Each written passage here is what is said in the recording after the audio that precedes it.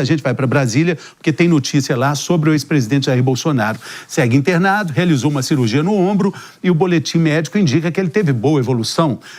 A esposa, né, a Michele, revelou que Bolsonaro está um pouquinho chateado. O que está acontecendo por aí? A repórter Rafaela Almeida está lá. Bom dia, Rafaela. Conta pra gente. Bem-vinda ao Morning Show. Você está em frente ao hospital, não é isso? Bem-vinda. É isso aí, Fernando. Bom dia para você e para toda a audiência do Morning Show.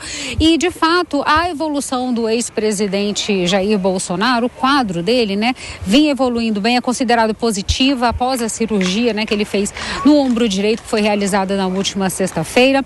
E, de acordo com o último boletim médico divulgado ontem, só abrindo um parêntese, normalmente a assessoria do hospital solta esses boletins por volta do meio-dia, mas desde o último boletim ele mantinha a boa evolução clínica, né? Estava com a dor controlada, permanece ainda internado aqui, recebendo medicação para dor, além de todas as medidas de prevenção de trombose, já iniciando o processo de reabilitação motor e funcional também. A expectativa da equipe médica é de que ele possa receber alta hoje ainda, quando deve retornar para casa, onde cumpre prisão domiciliar. A ex-primeira-dama Michele Bolsonaro, assim como você disse, atualizou o estado de saúde dele nas redes sociais, dizendo que apesar da boa recuperação, o ex-presidente ainda enfrentava limitações. Segundo ela, Bolsonaro estava com dor controlada, mas não conseguia se alimentar sozinho nesse momento, e isso porque a cirurgia foi realizada no ombro direito e ele é destro. Então, por conta disso, ela mesma tem ajudado nas atividades básicas durante esse período de recuperação. A cirurgia foi considerada de média complexidade, teve como objetivo reparar lesões do manguito rotador que teriam sido agravadas após uma queda no início desse ano, quando ele ainda estava na cela da Superintendência da Polícia Federal aqui em Brasília.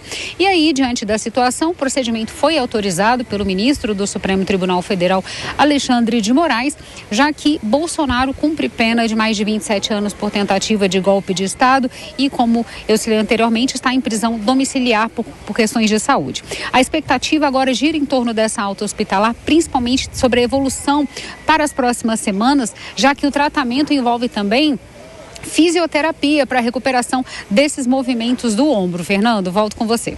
Muito obrigado. Continuamos atentos aí. Qualquer novidade, Rafa, chama a gente por aqui, tá bom? Bate na janela aqui do Morning Show. É isso aí. Então, recuperação aí do ex-presidente Bolsonaro. Enfim, a questão política passa por lá, né, Matheus? De alguma forma, tudo que envolve Bolsonaro envolve esse legado todo, né? Por isso tanta atenção, né? A gente não pode se esquecer que ele tem ficado, né, seguindo até as orientações do ministro Alexandre de Moraes, bem quieto, sem aparecer, sem comentar, sem Ele teve boas notícias, né? Ele teve boas notícias aí com relação à dosimetria, né? Sim, a gente daqui a pouco vai comentar isso aí. Tá movimentando Brasília e com certeza é uma ação muito em prol do próprio Jair Bolsonaro e também dos manifestantes do 8 de janeiro. Exatamente. Então, essa dosimetria envolve tantas pessoas. Vou fazer aqui um rápido break na rede de rádios para ouvir a doutora Priscila falando sobre a dosimetria. Muita expectativa com relação ao veto, mas agora parece que o Bolsonaro vai ter que segurar um pouco ali talvez um ímpeto, né? Porque o STF ainda vai ter que avaliar isso, né?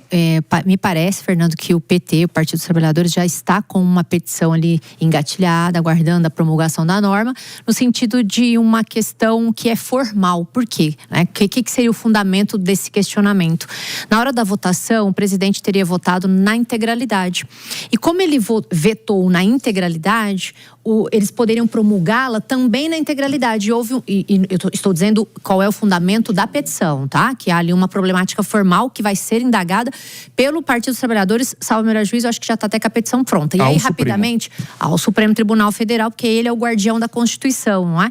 Então, só ele poderia manifestar a inconstitucionalidade dessa votação que houve ali um fatiamento. O que foi esse fatiamento?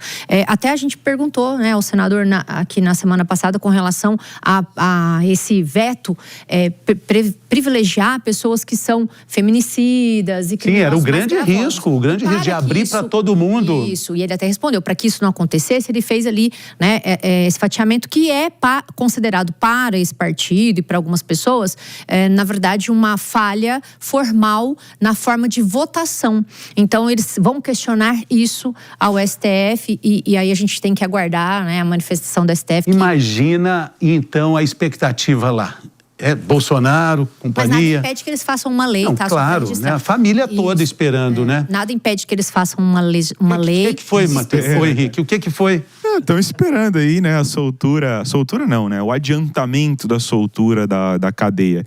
Eu acho que tem que entrar mesmo com a petição, dado que, pelo que a doutora explicou aqui, deveria ter sido a queda do veto integral e fizeram uma manobra lá, inclusive manobra essa que conta... Mas deveria, poderia. Não foi bem o que só não foi bem o que ela disse, ela explicou uma linha... É que se fosse, deveria ter caído tudo, né, mas para fins de entendimento aqui, deveria ter caído tudo, caso fizessem lá, agora cabe a petição. Espero que o STF derrube isso daí e dê mais um trabalhinho, porque o Congresso está muito empolgado para tirar golpista da cadeia e pouco empolgado para aprovar coisa útil para a população. Mas independente disso, quando uma lei favorece, atinge mesmo, retroage, mas aqui eu quero fazer uma ponderação rápida, Fernando. A lei, principalmente no tocante à dosimetria, ela fala que os artigos 359L e o 359M, eles não são somados, né, que seria ali o golpe de Estado, enfim.